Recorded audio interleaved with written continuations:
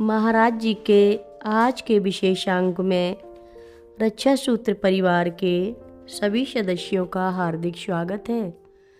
बाबा जी के भक्तों को राम राम।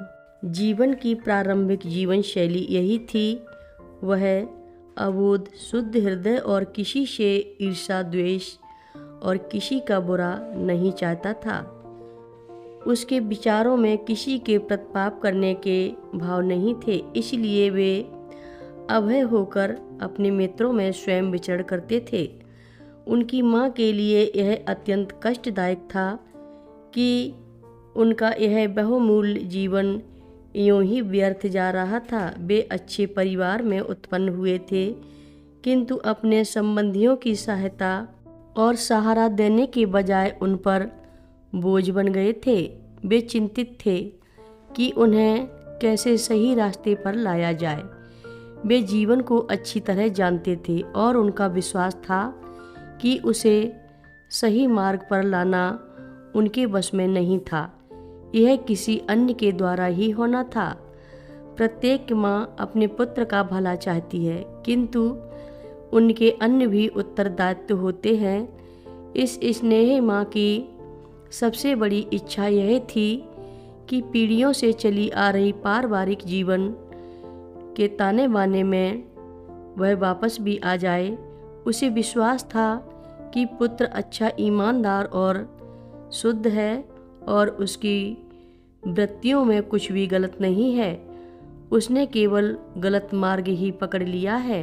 जीवन की माँ को अपने पुत्र की जीवन धारा को गलत दिशा के लिए दोषी ठहराया जाता था, क्योंकि उसका पुत्र जैसा भी कर रहा था वह उसी के दिए पैसों के बल पर ही था। किंतु एक माँ अपने पुत्र के प्रति कठोर नहीं हो सकती थी। यह कमजोर हाथों द्वारा डोर की ढीली छोड़ रखने का मामला था। जब हवा चलती तो पतंग कहीं भी ऊंचे नीचे जा सकती थी। पतंग का काम ही उड़ना है और इधर उधर हवा के अनुसार जाना होता है। यदि पतंग को साधा नहीं गया तो यह हाथों का ही दोष है, ना कि पतंग का दोष। यही जीवन की माँ के बारे में सत्य था।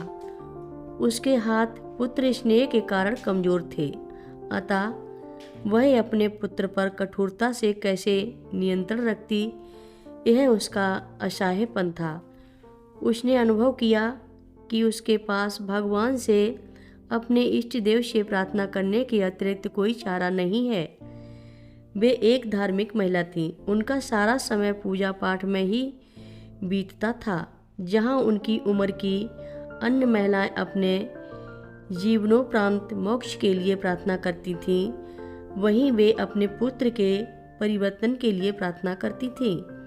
वे बाबा जी की भक्त थीं और जब भी बाबा जी शहर आते वे अवश्य दर्शन के लिए जाती थीं।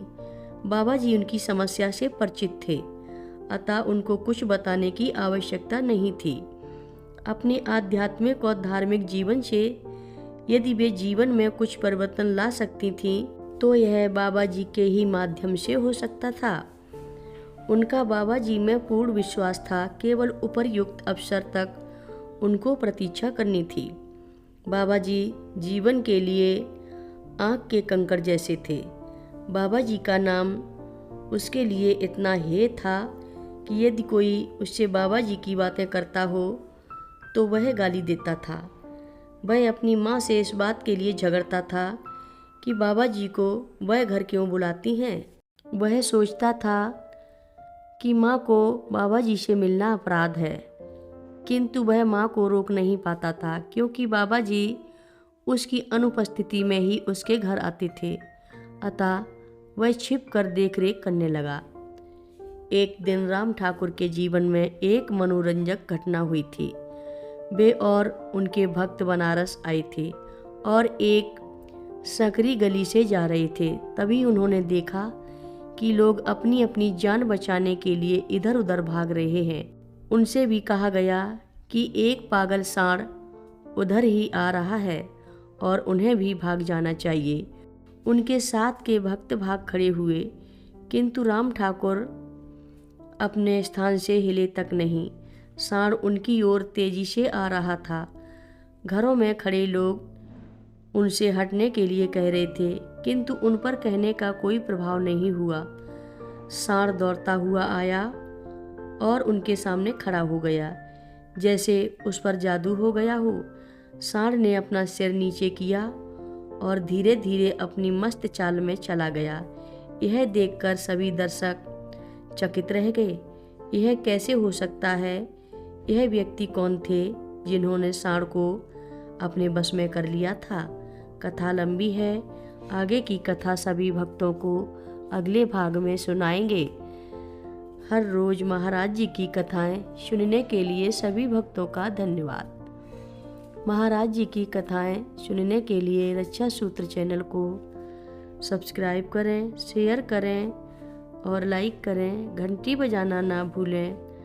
कमेंट बॉक्स में लिख भेजें, जय नीव करोरी बाबा जी महाराज। सभी भक्त मिलकर बोलो, नीव करोरी बाबा जी महाराज की जय जय बोलो। सिद्धि माता की जय जय बोलो। जय श्री राम।